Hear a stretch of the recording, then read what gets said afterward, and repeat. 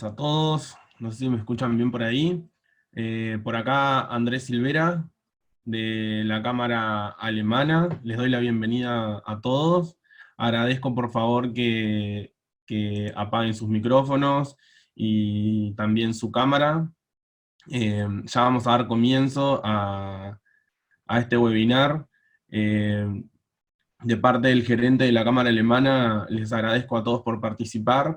Así que, Enrique, si estás por ahí, te agradezco encender tu cámara para comenzar y tu micrófono. Comienzo a la presentación con el título: Aumentando la competitividad con sentido de urgencia, reducción de costos de manera sustentable, reenfocando la gestión.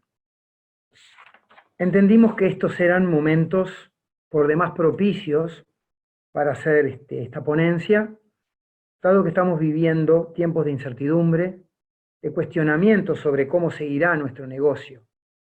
Los clientes podrán pagar sus obligaciones para con nosotros.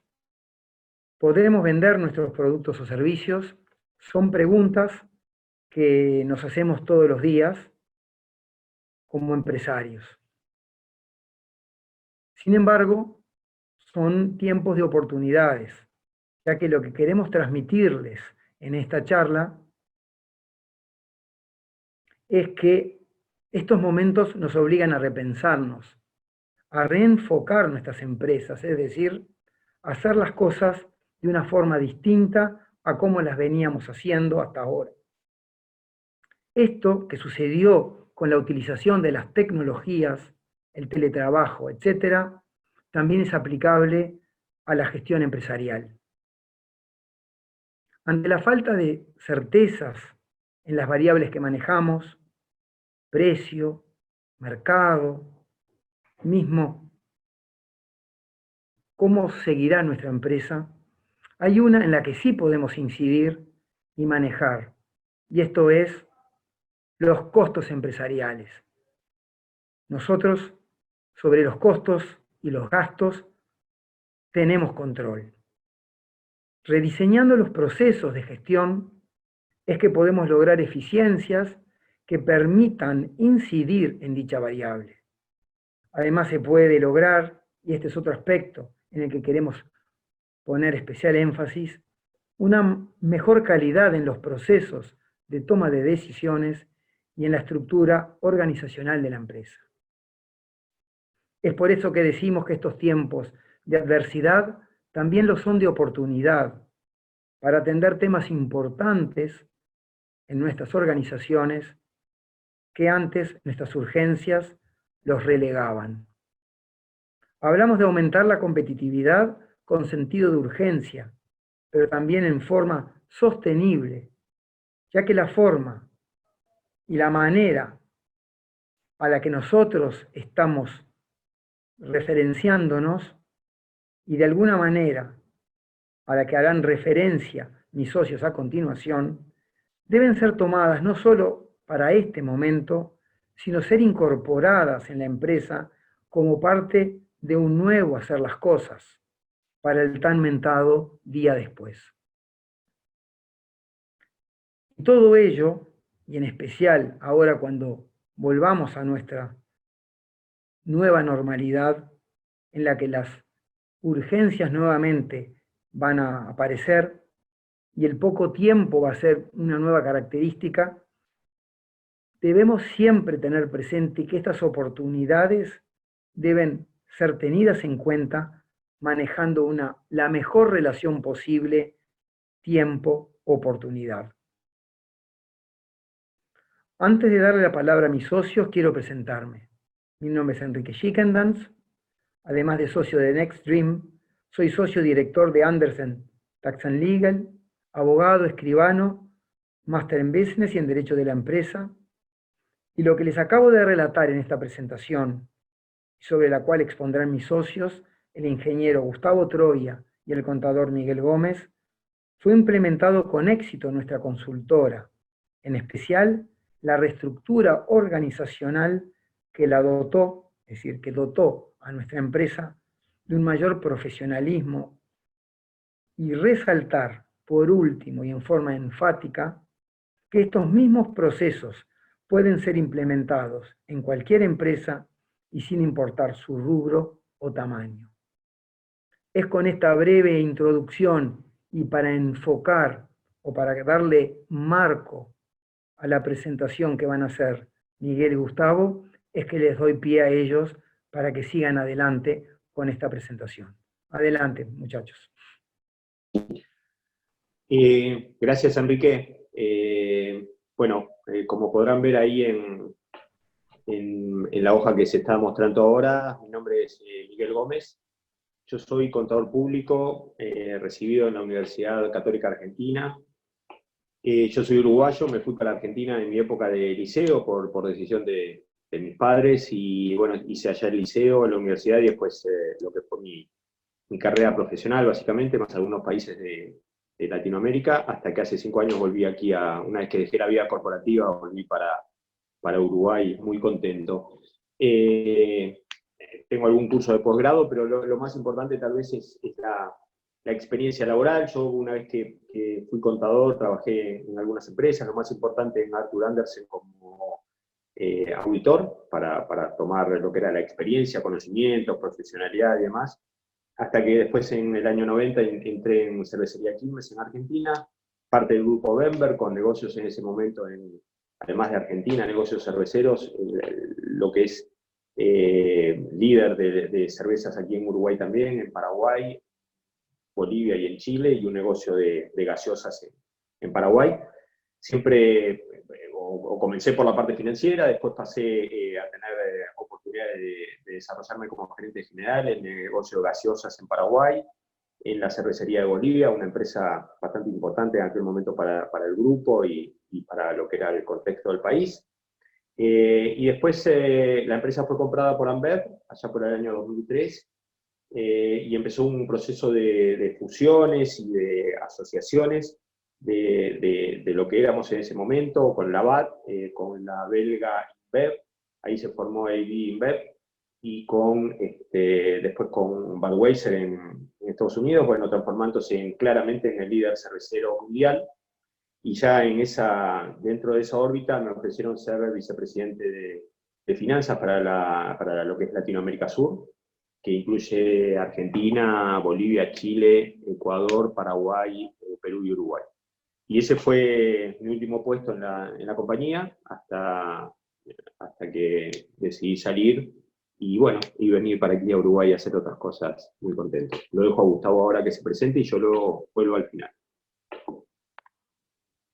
Gracias, Miguel. Bueno, mi nombre es Gustavo Troya, soy ingeniero químico, en mi caso soy argentino y resido aquí en Uruguay desde el año 2015, también en este proceso de cuando tomé la decisión de salir del mundo corporativo, también de la mano de eso, unos meses después, tomé una decisión con mi señora de radicarnos aquí en Montevideo. Como les decía, bueno, soy ingeniero químico, máster en tecnología cervecera, con posgrado en gestión de negocios en la Escuela de Organización Industrial y la UCA de España y la UCA de Argentina. Y dentro de la experiencia en AB InBev, que recién mencionaba Miguel, en mi caso fueron 23 años de carrera, arrancando como trainee, toda la parte de proceso por el tema cervecero que recién comentaba. Y en los últimos años, los últimos 8 años de experiencia en la empresa, estuve como responsable del área de supply chain, o sea, vicepresidente de supply chain, para los 7 países de la zona, con lo cual toda el área de la fabricación, las más de 40 fábricas que estaban en los países y alrededor de 60 centros de distribución, eran dentro de lo que era mi foco de responsabilidad, ¿sí? Y el último año, finalmente también tuve el área de recursos humanos, o sea que ahí un poco la visión era abarcativa también sobre ventas, administración, en el sentido desde de la órbita de gestión de gente. Nosotros un poco lo que le estamos proponiendo es que a partir de esta experiencia que fuimos teniendo, la idea es que seleccionamos 6 estrategias que nosotros consideramos que son las que en nuestra experiencia más nos han servido e inclusive son aplicables a en este paraguas que comentaba Kika al principio de buscar aumentar la competitividad con sentido de urgencia y tomando el tema de foco en costos y gestión como el punto para apalancarnos. En mi caso voy a presentar las 3 primeras estrategias, o sea, el rediseño y mejora de eficiencia organizacional, la optimización de los procesos de la empresa y la eficiencia específica en el supply chain. Y a continuación, luego Miguel presentará los otros 3, el desarrollo de planes estratégicos y presupuestos, la optimización de gastos fijos a través del concepto de presupuesto base cero y las oportunidades de negocio o M&A. Comenzando con la primera de ellas, nosotros estamos compartiendo aquí simplemente una idea gráfica que pusiéramos las oportunidades de mejora o reducción de costos a través de la mejora de estructura en términos de 2 ejes, un eje que son los riesgos de todo el cambio que vamos a llevar adelante y por otro lado las inversiones a tener en cuenta para capturar esas oportunidades de mejora. Uno podría pensar que el esquema de mejoras crecientes que uno puede ir llevando a lo largo del tiempo, lo podremos captar o agrupar en 3 olas de expansión, digamos. Nosotros en esta propuesta vamos a hacer más una profundización en 2 de ellas, la que hemos llamado el grupo 1 y grupo 2.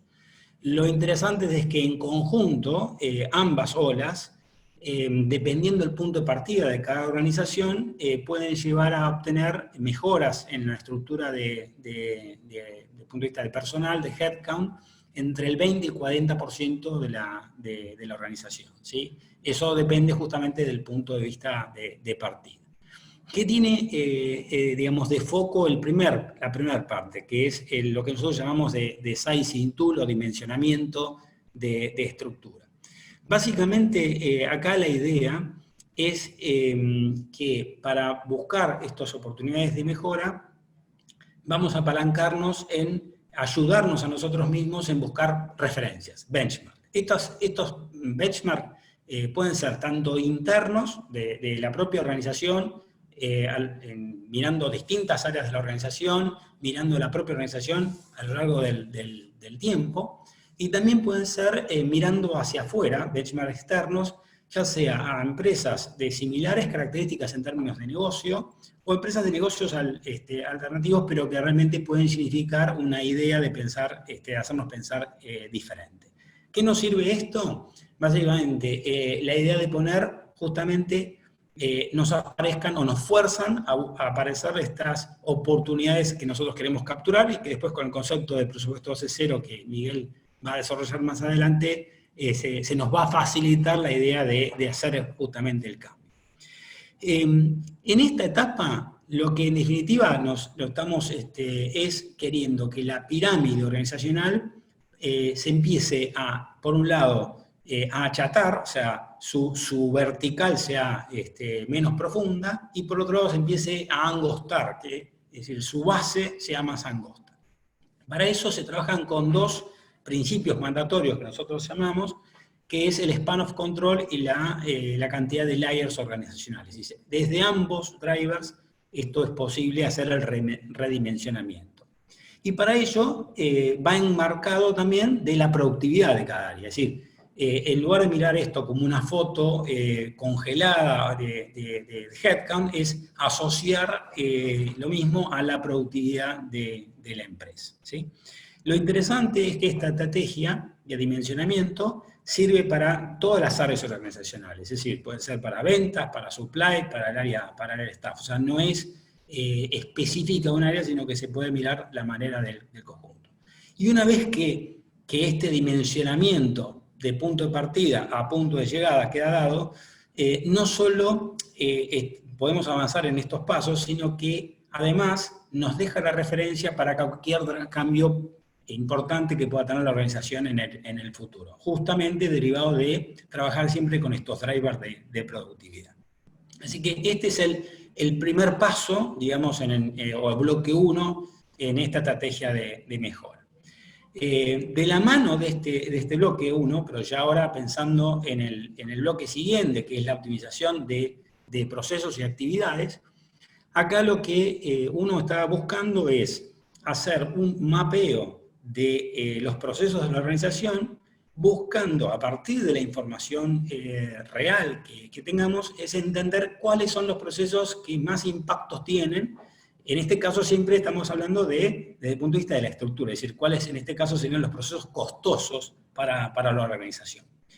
Y mapeando esos procesos, también poder ordenarlos en términos de los que nos pueden aparecer como más simples de cambiar. Es decir, esto lo vamos a ver a lo largo de toda nuestra presentación, es decir, estar siempre enfocados en mayor impacto, o sea, mayor captura de oportunidades y al mismo tiempo facilidad de cambio, ¿sí?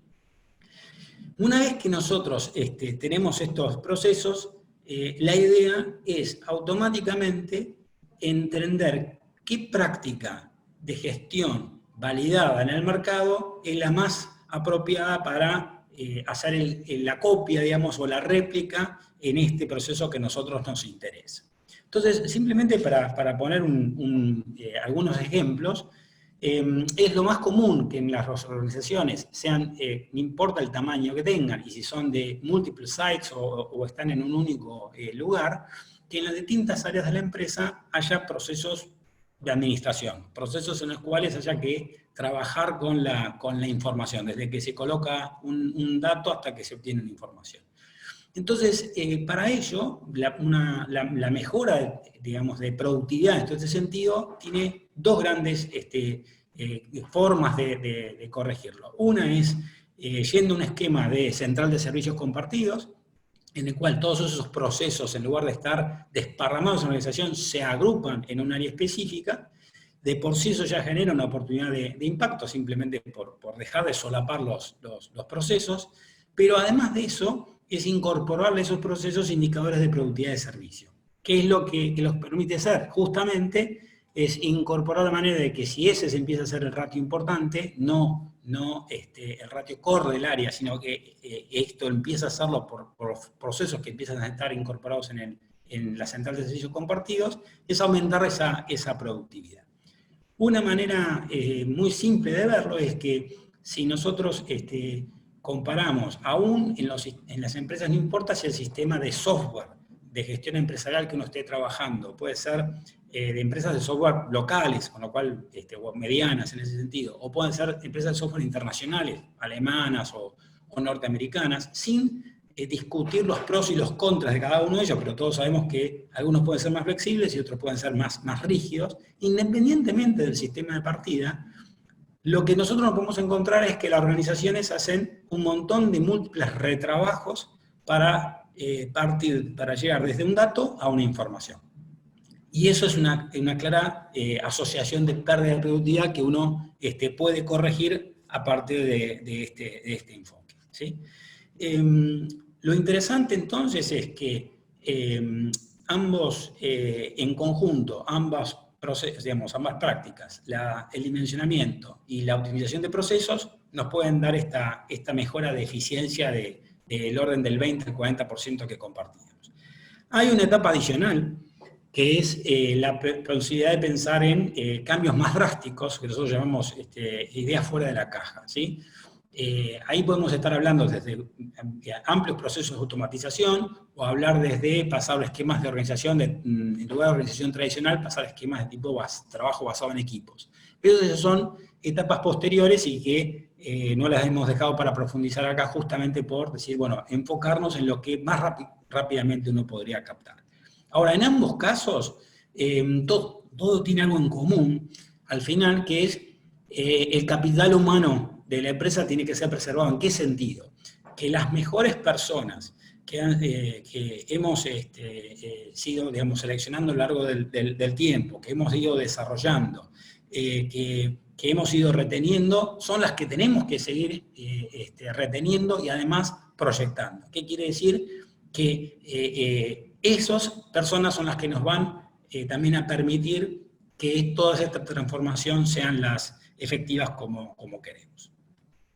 La tercera estrategia que queríamos compartir en este caso sí es específica del área de supply chain. O sea, así como las otras dos mencionábamos que es para toda la organización, acá estamos trabajando en algo mucho más específico en supply chain, con lo cual quizás de los participantes del webinario, aquellos que tienen más que ver con esto podrán sacarles más provecho. Básicamente la idea aquí es que, digamos, todos habríamos estado más o menos en contacto con buenas prácticas de manufactura de clase mundial, en los cuales los conceptos japoneses, ya sea de los programas de TPM o de justo a tiempo, son el marco donde uno sabe que podemos conseguir resultados realmente de alto nivel de competencia. ¿Qué tienen todos estos dos grandes programas en común?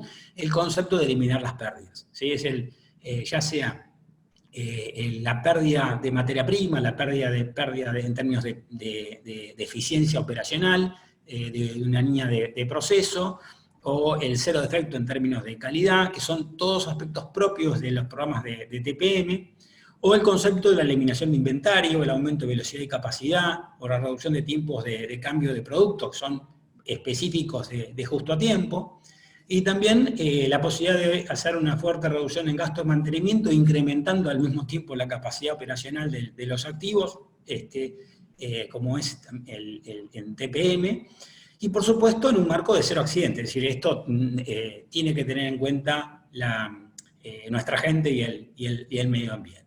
Bueno, el punto acá en cuestión es lo siguiente, es que si nosotros quisiéramos avanzar con una implementación de estas prácticas, para lograr esos resultados de clase mundial, lo más común que nos pasaría es tener recomendaciones de consultoría en el sentido de implementar absolutamente todo el programa y en toda la organización. Entonces, simplemente para tener un ejemplo, TPM son 9 pilares y donde cada uno de esos pilares además tiene 7 u 8 pasos. Si uno piensa en que tenemos que implementar esto en toda la organización, implica, ya empezamos a pensar que hay un esfuerzo atrás muy importante. Este es el tema y el corazón por el cual normalmente en nuestra cultura empresarial occidental, estos programas tienen problemas a la hora de ser implantados y de captar las oportunidades que uno ve en sus orígenes, digamos. Entonces, ¿qué es lo que nos ha pasado a nosotros? Que hemos encontrado que hay una manera de hacer esto, de llevarlo a cabo, que sí nos facilita captar los resultados y en mucho menor corto tiempo y aparte de ir apalancarnos. ¿Cuál es esa manera? Básicamente tiene 2 temas en común. El primero es considerar exactamente cuál es la pérdida que nos interesa. O sea, de todas estas pérdidas que estamos nombrando, cuál es la que es importante para la empresa. Y el segundo es, una vez encontrado esa pérdida, la que queremos corregir, automáticamente vamos a detectar también cuáles son los pilares, o de TPM o de justo a tiempo, que más tienen que ver con eso y enfocarlo en esa reducción. Entonces, por ejemplo, si el tema acá se trata de reducir las pérdidas de los costos de materia prima, o las pérdidas de puntos de eficiencia de una máquina o algunas máquinas en la línea de envasado, para poner un ejemplo, bueno, uno podría pensar que implementando paso 1 y 2 de mantenimiento autónomo, paso 1 y 2 y 3 de mantenimiento autónomo, paso 1 y 2 de mantenimiento planeado, y mejora enfocada, o sea, 3 pilares de los 9 TPM y acotados en su grado de implementación, pero conjuntamente en el mismo foco de pérdida, claramente va a dar una oportunidad importante, ¿sí? Básicamente se obtienen resultados de probablemente del 70% de captura de esa pérdida en menos de 3 veces de foco y de dedicación, ¿sí? Por otro lado, si lo vemos desde el lado de justo a tiempo, lo mismo cabría como ejemplo, si tomamos en cuenta las referencias, por ejemplo, de los cambios de producto, los ET, la manera en la que nos cuesta trabajar con los distintos productos o la entrega de distintos productos. Entonces, normalmente ahí el foco es en SMED, que conceptualmente significa que cualquier cambio de calibre tiene que ser menos de 10 minutos, pero podríamos asociarlo de una manera gráfica a la historia de la Fórmula 1. ¿Sí? Allá por los 50, la Fórmula 1, para cambiar las cubiertas de un auto, o sea, que estaba en plena competición, se tardaba más de 1 minuto, y en la actualidad se tarda menos de 2 segundos. ¿Qué es lo que pasó de un lado para el otro? La implementación de SMED. ¿Sí? Y un ejemplo totalmente reciente, que lo vemos en este contexto de pandemia mundial, es, por ejemplo, la eliminación de cuellos de botellas que está llevando adelante, por ejemplo, la gente de Walmart en Estados Unidos, en donde la implementación de order pickup en sus supermercados al mismo tiempo facilitó una mejora de ventas y con una reducción de costos y significa obviamente un aumento de competitividad. Entonces, el mensaje acá es que esta estrategia en supply chain, de manera enfocada, nos puede reducir un amplio porcentaje de las pérdidas que uno tiene visualizado y con un tiempo acotado. Y a partir de ahí, sí sumar, conforme a ese ejercicio, los próximos pasos o los próximos pilares. Bueno, comentado esta parte, ahora paso para Miguel para que continúe con las otras estrategias.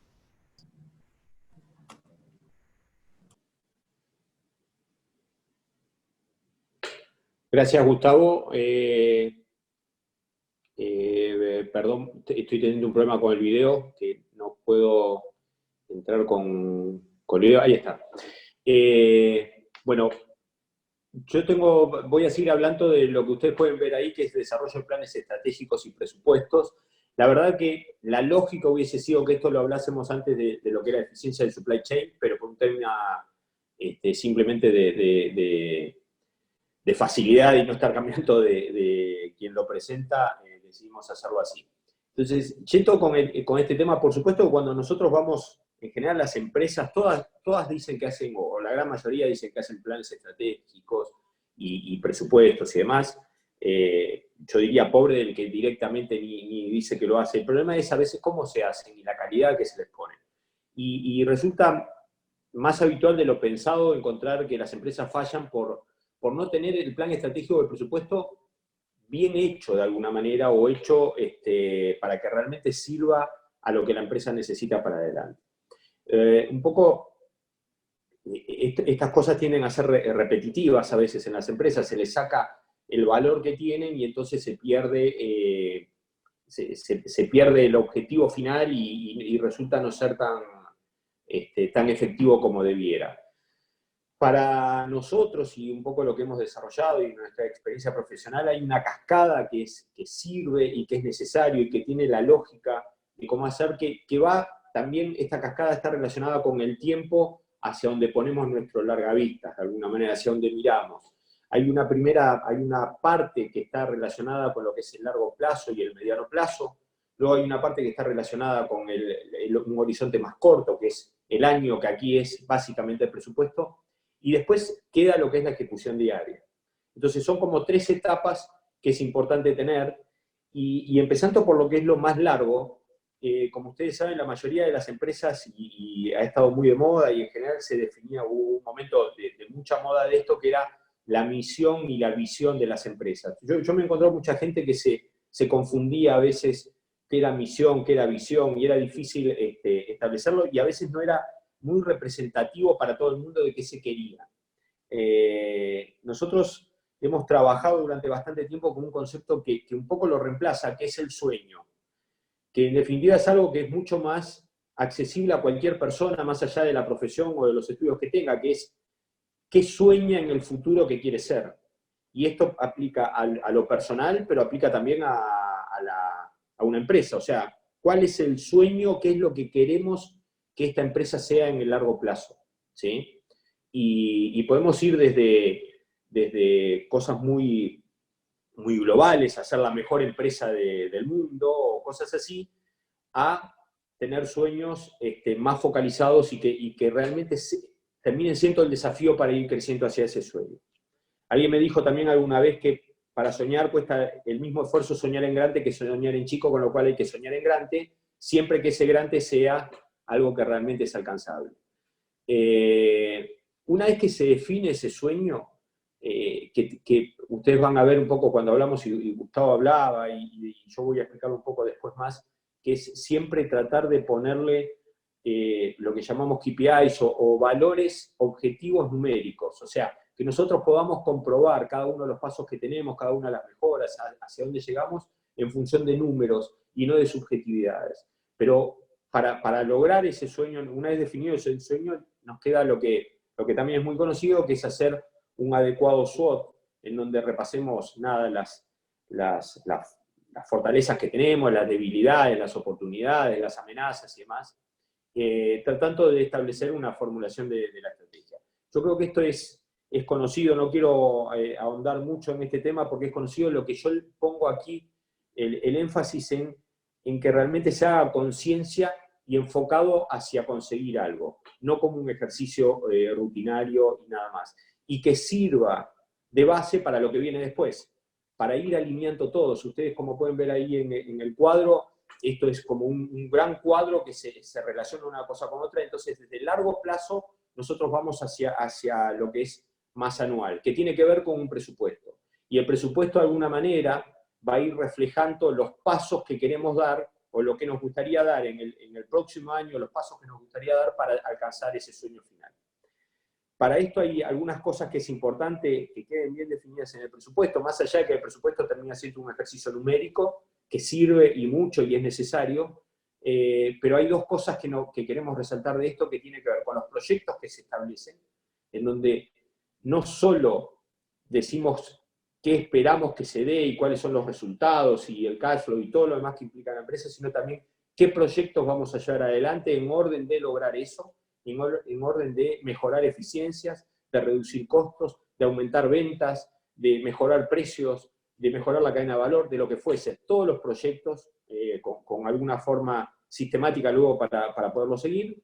Y también, por otro lado, que para nosotros es importante, y esto sí la mayoría de las personas, de las empresas lo dejan un poco de lado, nosotros llamamos el Target Setting Cascade, o poner los targets. Esto tiene que ver un poco como valorizamos nuestros recursos internos y a nuestra gente.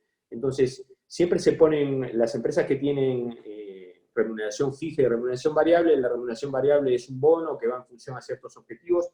Muchas veces esos objetivos son más o menos globales, y después depende de la buena voluntad del gerente que los evalúa en decir si se cumplió o no. Es medio como si fue el mejor empleado o no. Y acá nosotros queremos valorizar el tema de, una vez que tenemos definidos los objetivos que queremos lograr, hay un target que se define en forma de cascada, en donde cada nivel de la organización va apuntalando al nivel anterior. Entonces, el target que tiene un determinado nivel, después abajo hay una cantidad de gente que tiene que hacer ciertas cosas para que eso suceda. Y todos estos targets tienen una evaluación numérica, con lo cual cuando llega a fin de año tiene que ser muy fácil saber si se cumplió o no se cumplió. Se mide y listo. Esto es algo muy, muy importante, porque cuando hablamos de la cascada, más allá de cómo se hace esta cascada de objetivos, esta cascada de targets, hace a que toda la organización ponga su objetivo, ponga su mira en alcanzar ese sueño, en alcanzar ese presupuesto anual, en orden a llegar al sueño que está establecido en el más largo plazo. Entonces, esto es en relación al presupuesto, al año próximo de lo que voy a hacer. Que esté todo, que no sea una suma de cosas independientes de las distintas áreas, sino que todo se encuentre interrelacionado como objetivo final, ¿sí? Que va más allá del resultado. El resultado es parte de ese objetivo. Tiene que ver con el desarrollo que queremos como empresa. A veces hay que sacrificar un poco de resultado en orden de otras cosas. Es importante que tengamos bien definidos eso. Y después, esto sí, la mayoría de las empresas cortan en este nivel, tienen un presupuesto, tienen más o menos lo que tienen que cumplir, y después sale cada uno a hacerlo como mejor puede en el día a día. Pero nos parece importante que después también haya un foco en lo que es la ejecución diaria de la operación, que tiene que ver con lo que llamamos un routine management, que tiene que ver con desarrollo estandarizado de operaciones. La palabra rutina de alguna manera ha quedado un poco, en general se queda subvaluada y parece que lo rutinario es malo. Sin embargo, cuando uno tiene una rutina, uno es mucho más eficiente y no pierde tiempo, la ejecuta como debe ser, y tiene claro las cosas que tiene que ir haciendo y las cosas que tiene que ir alcanzando. Entonces, si las rutinas no sirven, por supuesto que no tiene sentido, pero rutinas bien establecidas que nos permitan desarrollar la operación en una forma adecuada son sumamente eficientes y ayudan muchísimo. Esto para todo, para lo que es la función de una persona e inclusive para lo que pueden ser reuniones. Uno puede ver a veces en las empresas reuniones de gerencia en donde se sientan y termina siendo casi una charla de amigos, en donde cada uno va diciendo lo que le va pareciendo. Sin embargo, eso, si nosotros le ponemos una rutina en donde la reunión se abre explicando la situación actual, con siempre cuadros similares en donde la gente no tenga que perder tiempo ubicando los datos que tiene que ver, en donde esté claramente establecidos los datos, ya sabemos lo que vamos a ver, inclusive a veces con colores, y nosotros hemos usado mucho lo que son semáforos para saber, cuando vemos algo rojo sabemos que está todo mal, el amarillo es un peligro y el verde vamos bien. Entonces, una serie de herramientas que hacen a la rutina, que permiten hacer más eficiente esto y que permiten ir manejando, en definitiva, todos los procesos que se definieron en el presupuesto, todo lo que tenemos que hacer para alcanzar el presupuesto de una manera mucho más eficiente en el día a día. Por supuesto que este es un punto que da para hablar mucho más, como algunos de los otros que tocamos, pero el tiempo nos corre. Nos parecía importante solamente mencionarlo, cosas que a veces se pierden, que es, y yo quiero resaltar de esto, tener el sueño claramente identificado, qué es lo que queremos, y luego una cascada adecuada, en donde todo esté en función a ese sueño para lograr el objetivo claro, y los proyectos, los procesos, todos para alcanzar ese objetivo, y un poco los procesos, todos los procesos que puedan ser automatizados de alguna manera, o que tengan una rutina, que se les pueda poner una rutina adecuada, nos va a ser mucho más eficientes en el manejo diario de la empresa. Pasamos, Gustavo, si querés entonces al próximo punto, que ya dentro de lo que es un poco el budget, hoy decía Enrique que nosotros, una de las cosas que podemos manejar es, y casi lo único que está bajo nuestro control dentro de la empresa, tiene que ver con lo que son los gastos de la empresa, los gastos fijos, los gastos de operación.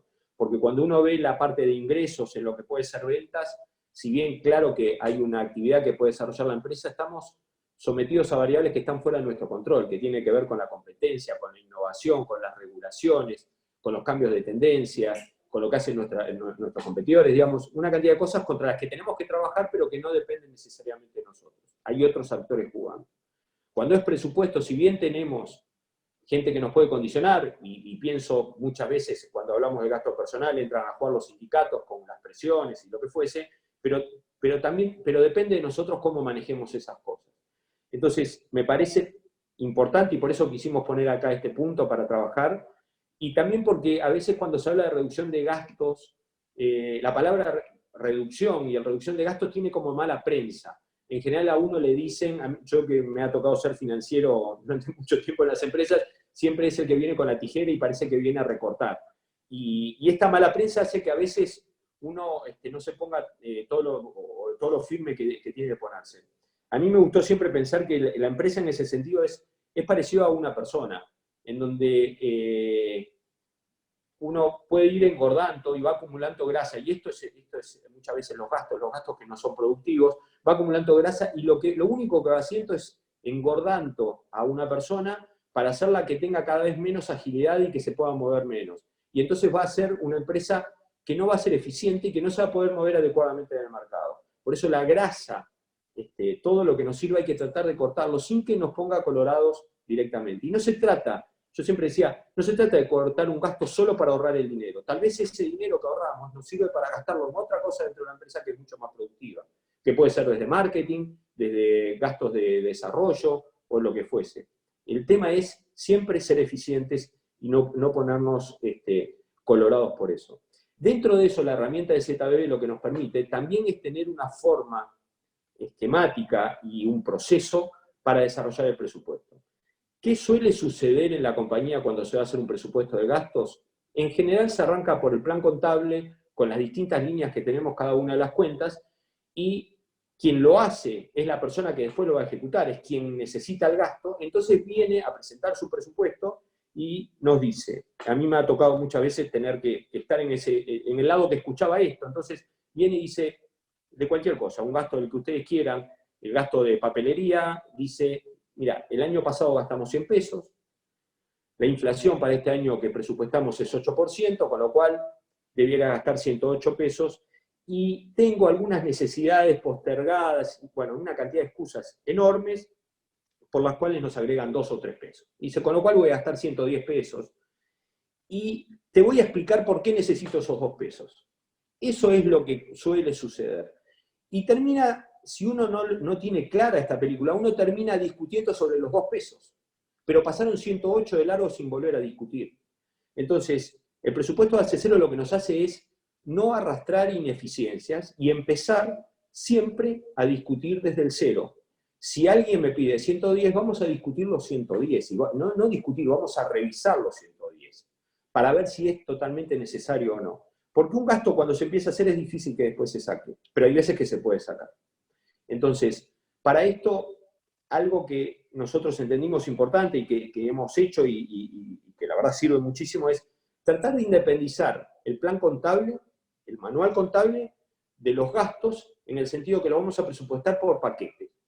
Y juntamos los gastos de la misma naturaleza de alguna manera dentro de un paquete. De tal manera que tengamos una cantidad razonable de paquetes dentro de una empresa, que puede ser, no sé, 8, 9, 10, depende de la estructura, y después abierto por entidades. Y quien va a ser el dueño de ese paquete, el responsable de presupuestarlo, el responsable de controlarlo, no va a ser necesariamente la persona que lo va a gastar. Un ejemplo fácil es el paquete de mantenimiento de una empresa industrial. No va a ser llevado adelante por el gerente de mantenimiento, sino el que lo va a presupuestar es un tercero, puede ser alguien de finanzas, ¿sí? Por supuesto que dentro del paquete se ponen gestores de paquetes que tienen conocimientos técnicos y que ayudan a esto. Entonces, lo importante acá es la contraposición de intereses y que realmente ya haya un trabajo previo ahí para que no se presupueste de más en este tema. Y después, el presupuesto no es en forma global. Nosotros vamos a pedir que sea lo que decimos un P por Q. En cada uno de los rubros que haya la cantidad que quieren gastar y el precio al que se va a pagar.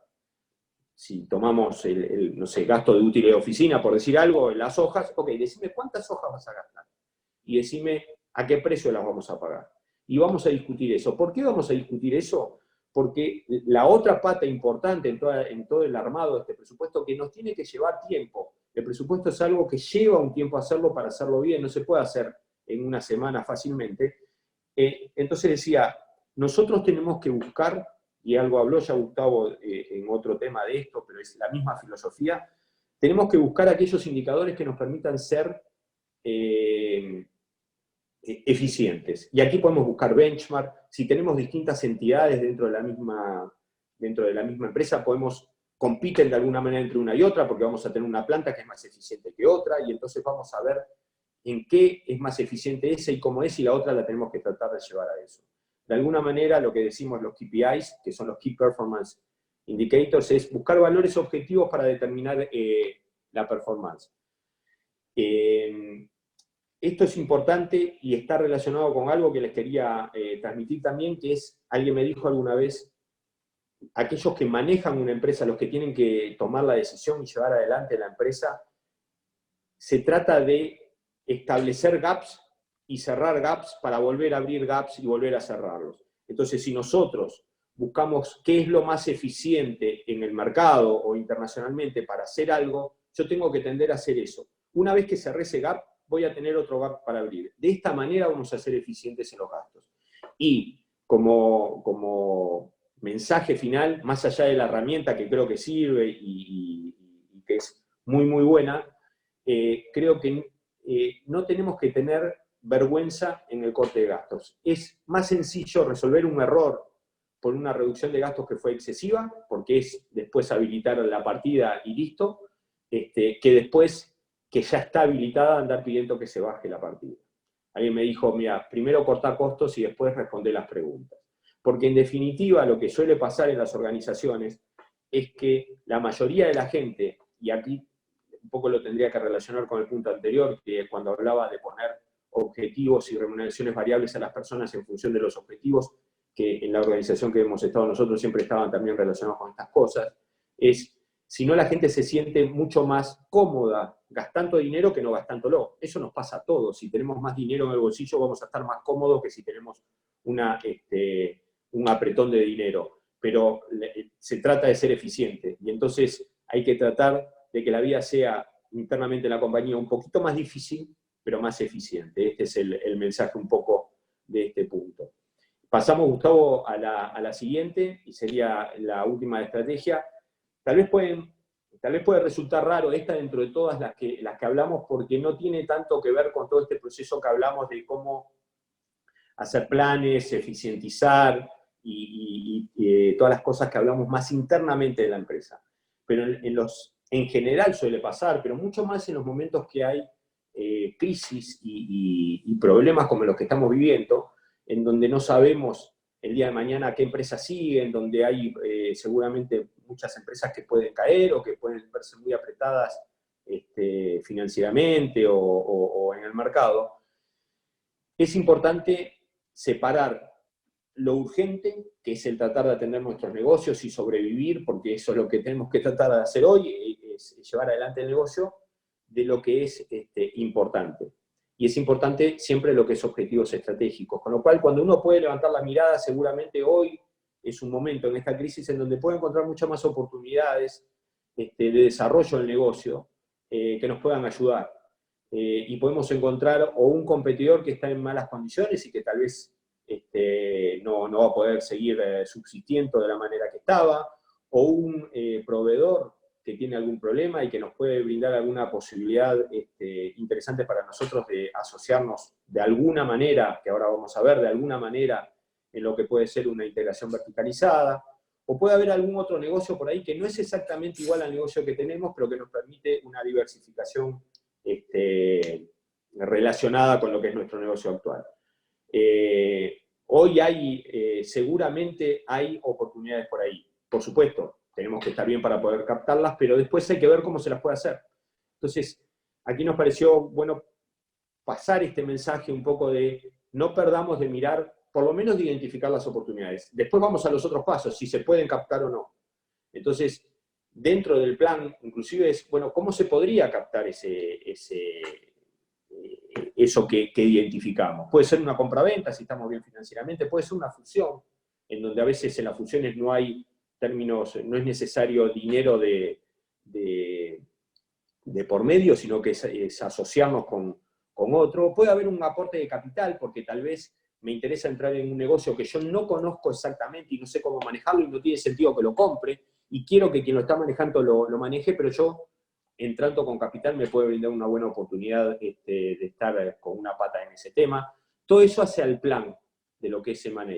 Y después viene la acción, que esto es mucho más repetitivo, que es hacer una evaluación, por supuesto, de ese target que nos ponemos, distintos métodos de evaluación. Esto está en distintos libros y es fácil, y solo para que no nos lleve mucho tiempo no avanzamos sobre eso. Después viene una negociación y un cierre de la operación. El cierre de la operación a veces uno lo minimiza, pero ahí se caen muchas, ahí tiene que ver todos los temas legales, due diligence, etcétera, etcétera, etcétera. Estos son un poco los pasos. Yo también me gusta decir acá, yo gracias a Dios en mi vida profesional tuve la posibilidad de estar en bastantes de estos procesos, de los dos lados. Desde el lado de comprador, que es mucho más divertido, pero desde el lado de vendedor también es divertido, porque hay que ver cómo se saca el mejor partido de esto. Y lo bueno de esto para mí, y que hace, que es el desafío para un gerente, para un ejecutivo, es que ninguna operación de estas es igual a la otra. No hay un manual a seguir. Si bien ponemos estos pasos y lo podemos de alguna manera estructurar de esta forma con las distintas etapas, en cada una hay que buscar la forma de cómo entrar, de cuál es la mejor forma de hacerlo, cómo se entra en la negociación. Sinceramente es algo muy divertido y que por supuesto puede ser una gran oportunidad para dar saltos en importancia para una empresa. Pasamos a la siguiente, porque después así le dejamos un tiempo para preguntas y respuestas. Me encantaría hablar mucho más de cada uno de estos temas, pero ya para terminar, yo diría que cualquiera de estas tres tal vez un poco repetitivo lo dijimos, pero para dejarlo fijo el concepto, cualquiera de estas estrategias que dijimos, me parece que tiene un proceso que se puede seguir. Que es, primero, es definir el objetivo a alcanzar en cada una de estas estrategias, qué es lo que quiero lograr. Para todo objetivo, tratar de poner valores numéricos claros. De vuelta, traten en general de no discutir subjetividades, porque esas es muy difícil saber quién tiene la razón. Contra los números no hay discusión. Entonces tenemos definición de objetivos claros y numéricos, y después viene este círculo, que lo pusimos como un círculo porque la verdad que es algo repetitivo y que va dando vuelta constantemente, que empieza con una primera etapa que llamamos plan, que es planear cómo alcanzamos ese objetivo. Luego salimos a ejecutar las acciones relacionadas con ese plan. Hay un momento que chequeamos qué está pasando porque puede haber desvíos sin necesidad de reformular. Hacemos un chequeo para ver cómo vamos en ese camino de alcanzar lo que queremos, y acciones correctivas, actuar para lograr esto. Y luego vuelve a establecerse un nuevo plan, un nuevo desafío, un nuevo hacer sobre ese plan, chequear y actuar. Y así se nos pasa un poco la vida dentro de la empresa haciendo estas cosas y siempre abriendo gaps, cerrando gaps y yendo hacia ese sueño que hablábamos antes y que tenemos que buscar. Esto es un poco lo que teníamos para decir. Muchas gracias. Y bueno, queríamos dejar un tiempo ahora para preguntas y respuestas, ya que eran varios temas y tal vez profundizar en todos podía faltarnos tiempo para alguno, pero creo que ahora con el pantallazo ustedes pueden ver si quieren un poco más de profundidad en alguno de estos temas y estamos a disposición para contestar. Bueno, por acá André, muchas gracias por la presentación. Como les dejé escrito en el chat, pueden dejar las preguntas en el chat y las vamos comunicando, o en caso de que alguien se anime, puede abrir su micrófono y hacerla presencialmente. Bueno, hola, buenas tardes. Yo hago parte del equipo de la Cámara. Soy la encargada de finanzas y administración. En realidad muchas de esas cosas que estuvimos hablando hoy hacen parte de nuestra planificación para el año y cómo hacemos nuestro presupuesto. Nuestro presupuesto en realidad es base cero, porque tenemos que llegar a eso.